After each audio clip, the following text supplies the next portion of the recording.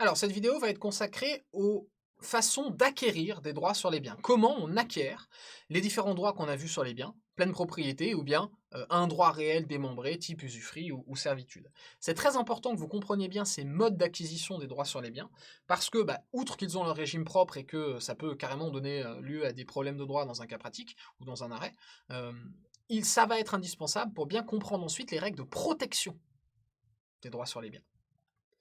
Alors, il y a des modes d'acquisition des droits sur les biens qu'on va appeler originaires, je vous expliquerai pourquoi, et un mode d'acquisition qu'on va appeler dérivé. Euh, Parmi les modes d'acquisition originaires, on a l'occupation, l'usucapion et l'accession. Et le mode d'acquisition dérivé, c'est le titre juridique, euh, qui est dérivé parce qu'il émane d'autrui, on le verra, et c'est la convention ou la succession, concrètement, qui sont inclus dans les modes d'acquisition dérivés. Alors, l'occupation. L'occupation, on dit que c'est un mode d'acquisition originaire parce que si vous avez acquis la propriété d'un bien, ou en tout cas un droit réel, peu importe, par occupation, vous êtes considéré comme le premier maître de ce bien. Et votre droit sur ce bien sera incontestable. Alors, il va falloir prouver qu'il y a bien eu occupation, donc les conditions sont remplies, mais dès lors que c'est ça, c'est originaire parce que le droit sur le bien, il va avoir pour origine vous.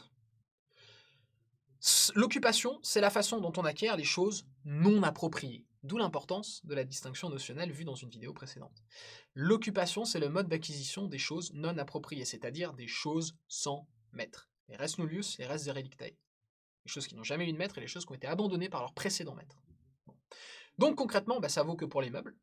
Pourquoi ça ne vaut que pour les meubles? Parce que je vous ai mis des textes dans le Code civil qui expliquent sous différents angles qu'un immeuble n'est jamais sans maître. Pourquoi? Parce que quand la propriété d'un immeuble disparaît, c'est l'État qui la récupère. Alors l'État ou une collectivité locale, type commune, etc., mais jamais un bien immobilier, c'est une richesse trop importante pour qu'il soit laissé à l'abandon. Donc un bien immobilier sur lequel personne n'a de droit réel, en réalité, c'est l'État qui a des droits réels sur lui. Donc par exemple, vous décédez sans successeur et sans testament, la propriété de vos biens immeubles va automatiquement à l'État.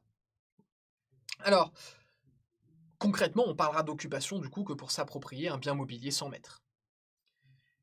L'occupation, elle n'est pas expressément visée par le code. C'est pour ça que je ne vous ai pas mis d'article. Vous ne la trouverez pas vraiment telle qu'elle dans le code.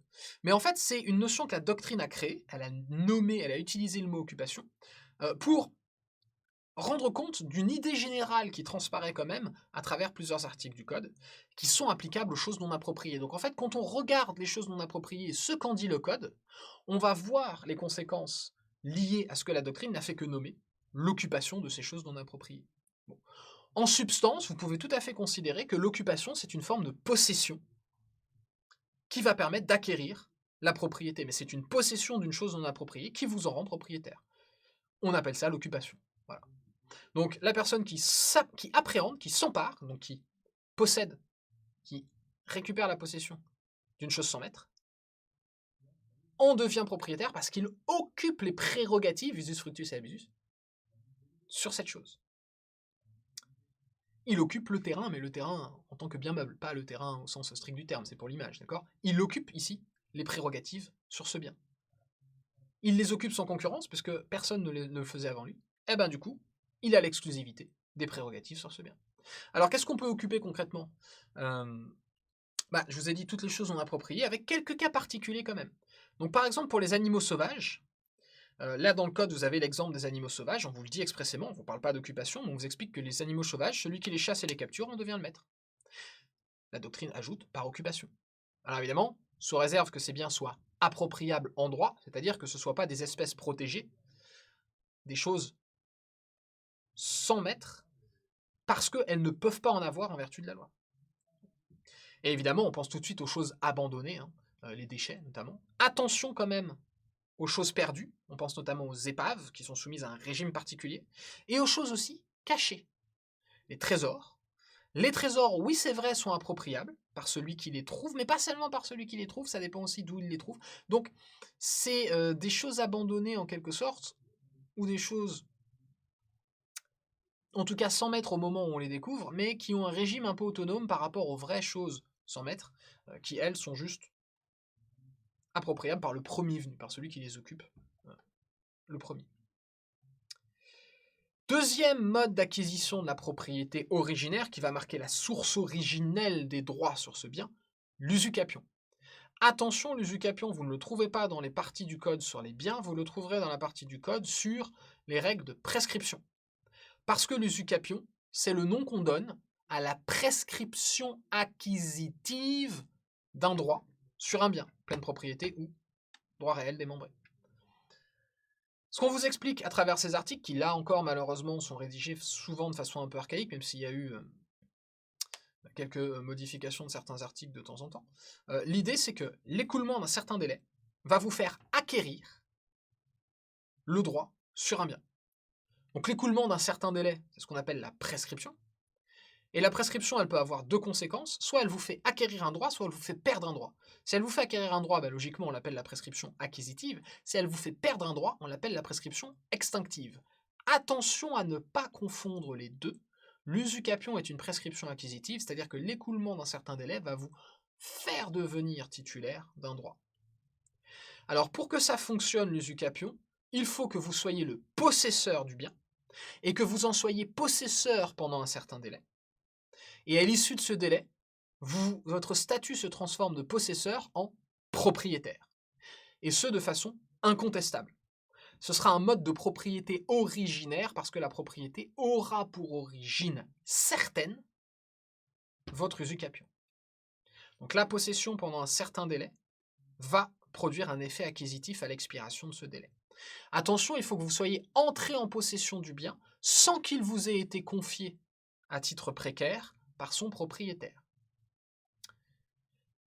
Parce que si vous avez le bien du propriétaire, dans vos relations avec le propriétaire, on va raisonner justement au regard de la réalité de la possession, de la détention précaire, parce que peut-être que la personne qui vous a confié la possession du bien va derrière en revendiquer la propriété. Donc pour simplifier les rapports sur l'usucapion ne peut pas être ici opposé à la personne qui vous a volontairement remis la possession de la chose. Mais on peut tout à fait usurper la possession d'un bien, on peut s'emparer d'un bien sans la volonté du propriétaire. Dans ce cas-là, on pourra commencer à usucaper la propriété de ce bien. On en fait un verbe, usucapion, on usucape la propriété, c'est-à-dire qu'on essaye par la possession pendant un certain délai d'arriver à l'échéance de ce délai, et comme ça on pourrait être déclaré propriétaire, même si on n'était pas à l'origine, et même si on le savait très bien. Je reviendrai sur les conditions détaillées de l'usucapion par la suite. Bon. Qu'est-ce qui peut être usucapé? Tous les biens corporels, appropriables, aussi bien meubles qu'immeubles. On peut s'emparer par une possession ayant duré un certain temps de la propriété de n'importe quel bien. Et je dis s'en emparer, ça suppose que le bien ait eu un précédent propriétaire qui n'y ait pas renoncé. S'il y a renoncé, c'est que c'est une chose sans maître. Pour les biens meubles, on les occuperait, on ne les usucaperait pas. Là, précisément, on va déposséder le vrai propriétaire, et si on arrive à le déposséder d'un bien pendant un certain temps sans son consentement, on sera récompensé par l'acquisition de la propriété de ce bien. Évidemment, lui, pendant ce temps-là, on le verra, il peut défendre son droit de propriété contre l'usurpation de la possession de ce bien. Mais, en attendant, l'usucapion, ça suppose de déposséder quelqu'un de son bien, et à l'issue d'un certain délai, si on a réussi à l'en déposséder pendant suffisamment longtemps, on en devient propriétaire. Mais il ne faut évidemment pas que cette personne nous ait remis la possession du bien. Donc il faut que ce soit un bien qu'on possède à non domino, qui ne vienne pas de son maître, de son vrai propriétaire, volontairement. Bon, c'est un mode d'usurpation de la propriété, concrètement. Pour que l'usucapion se produise, c'est-à-dire pour que la possession à l'issue d'un certain délai vous fasse acquérir la propriété et vous fasse usurper la qualité de propriétaire, parce que vous avez efficacement et durablement dépossédé le vrai propriétaire de ce bien, enfin, le propriétaire initial de ce bien, eh bien, il faut que cette possession soit utile. Utile, le code le présente sous l'angle exempt de certains vices qu'il va énumérer. Donc une possession utile, c'est une possession qui produit ses effets, et pour que cette possession produise son effet usucapion à l'issue d'un certain délai, il faut qu'elle soit continue, publique, paisible et univoque pendant ce délai, évidemment. Il faut qu'elle soit utile tout au long du délai, donc continue, publique, paisible et univoque.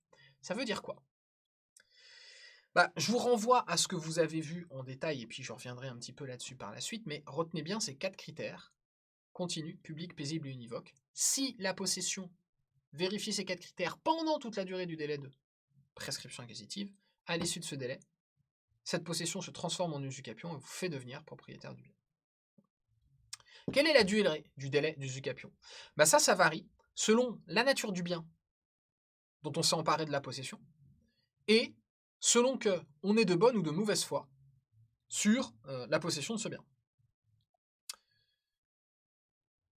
Si on est de mauvaise foi, donc si on sait pertinemment qu'on s'est emparé de la possession de ce bien en dépossédant son propriétaire légitime, son propriétaire initial.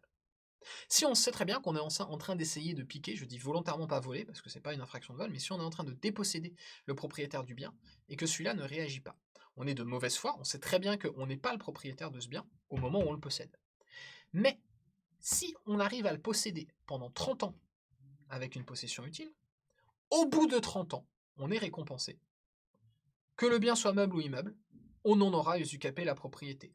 Donc la mauvaise foi, ça veut dire que je sais très bien que je suis en train de déposséder le propriétaire de son bien, je suis en train de lui faire concurrence et même d'exercer exclusivement ses prérogatives qui lui reviennent normalement sur ce bien. C'est lui le propriétaire, mais c'est moi qui exerce le jus, le fructus et ou l'abusus sur le bien. Si j'arrive à le faire pendant 30 ans, de façon continue, publique, paisible, univoque, alors le législateur me récompense en disant finalement le propriétaire, pendant 30 ans, il n'a pas réagi. Il a, on verra, toute une série de possibilités pour défendre ses prérogatives de propriétaire. Voulant déposséder, il peut réagir et mettre fin à votre usurpation par la possession.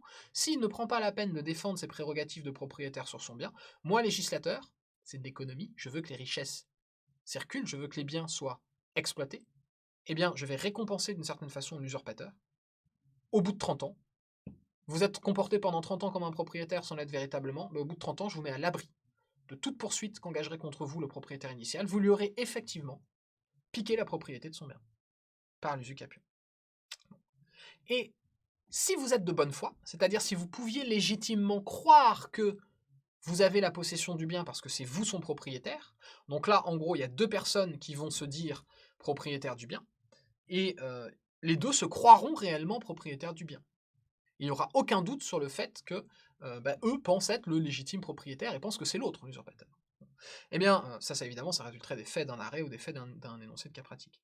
Dans ce cas-là, si le bien est immeuble, et que vous en êtes le possesseur de bonne foi, et que si vous en êtes le possesseur de bonne foi, c'est parce que vous avez un juste titre, donc vous avez un titre régulier, par exemple un acte de vente, qui vous dit que c'est vous qui êtes le propriétaire du bien, vous l'avez acheté à quelqu'un. Peut-être que la personne qui vous l'a vendu vous a menti et qu'il n'était pas le vrai propriétaire du bien, mais vous pouviez légitimement faire confiance au document par lequel cette personne vous a cédé la propriété du bien. Ou bien, vous découvrez que vous avez hérité d'un bien immobilier, vous faites confiance à la personne qui a fait le testament avant de mourir, et qui vous disait « je suis propriétaire de ce bien, je t'enlègue la propriété ». Vous pouvez légitimement vous croire propriétaire de ce bien. Il y a un titre, du moment que le titre est en lui-même régulier, ce sera un juste titre, et il est crédible, il peut vous faire croire que vous avez la qualité de propriétaire. Derrière, parce que vous êtes de bonne foi, le législateur vous récompense en vous disant vous pouvez usucaper plus vite que si vous étiez de mauvaise foi.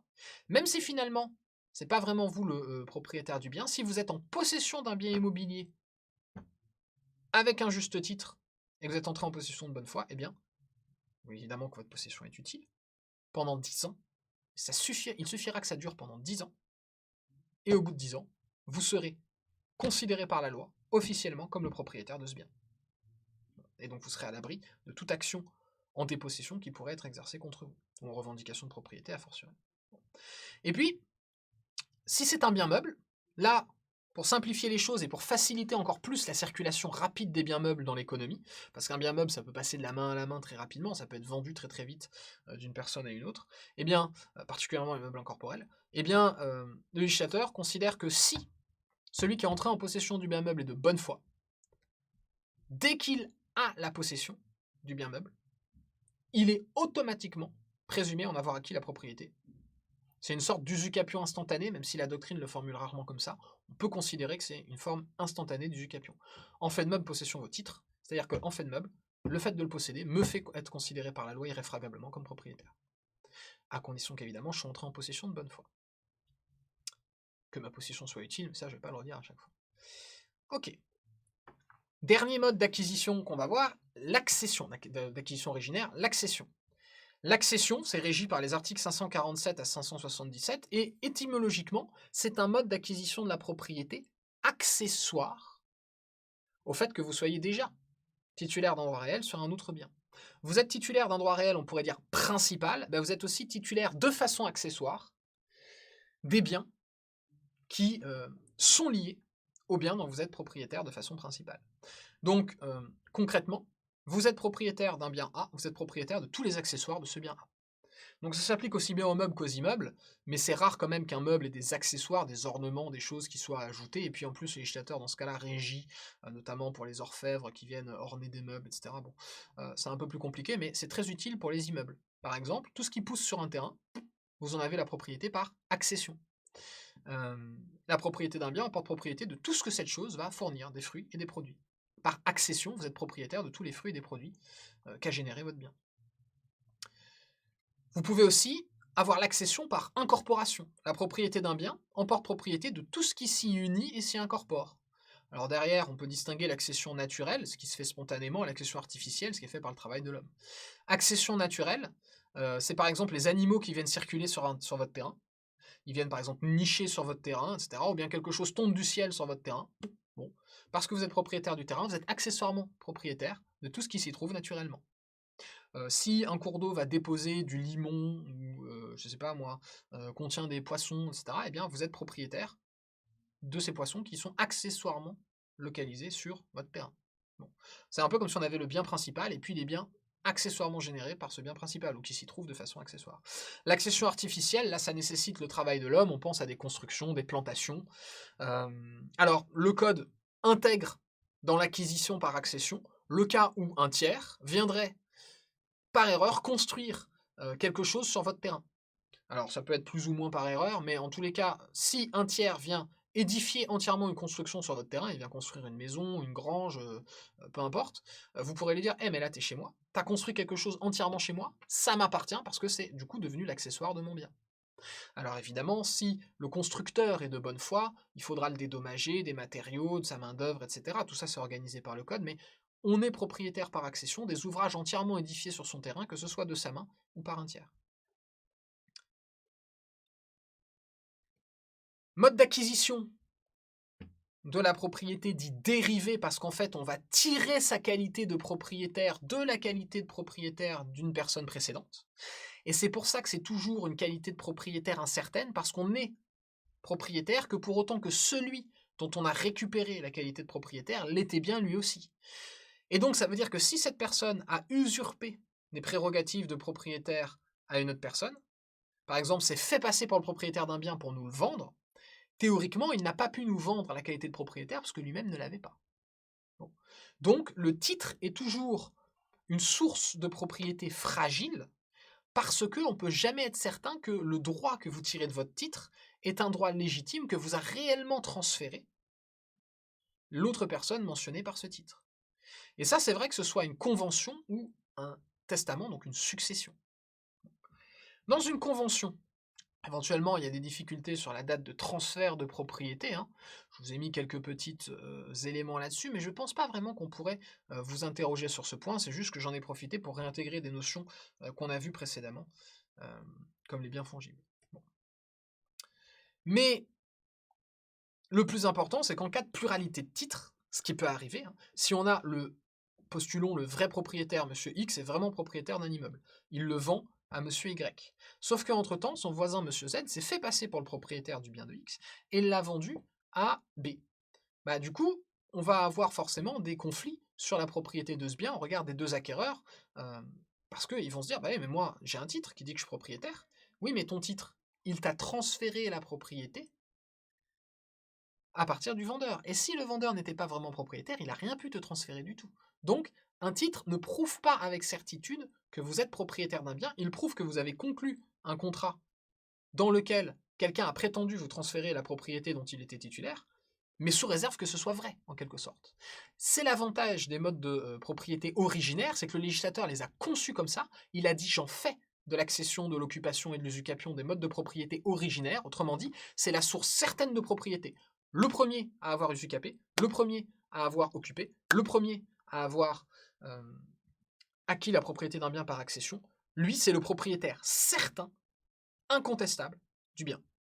Si on arrive à remonter dans la chaîne des propriétaires antérieurs jusqu'à quelqu'un qui a usucapé, quelqu'un qui a occupé, etc., on aura la certitude que cette personne a pu transmettre la propriété à autrui, etc., etc. Bon. Mais si vous avez qu'un titre, bah, vous aurez récupéré les droits qui vous auront été transmis par le titre, sous réserve que celui qui vous les a transmis en ait bien été titulaire. Sinon, il vous a menti et rien transmis du tout. Bon. Alors, je reviendrai sur les hiérarchies entre les titres par la suite. À part les conventions, les titres de propriété dérivés peuvent être les successions, c'est-à-dire concrètement l'héritage, mais l'héritage peut être organisé par la loi ou par un testament. C'est les règles de droit successoral qui vont s'appliquer. Bon, là encore, peu importe, vous n'avez pas besoin de le savoir, mais c'est pas parce que vous avez hérité d'un bien que vous en êtes vraiment le propriétaire. Encore faut-il que celui qui vous dit « je vous lègue mon bien » en soit lui-même le vrai propriétaire. Voilà, ça fait pas mal de choses sur lesquelles réfléchir. Je vous laisse tranquillement relire les passages du code pertinent, essayer de bien comprendre tout cela, parce qu'on va en avoir besoin pour les thèmes qui suivent, et en particulier pour la protection des droits sur les biens.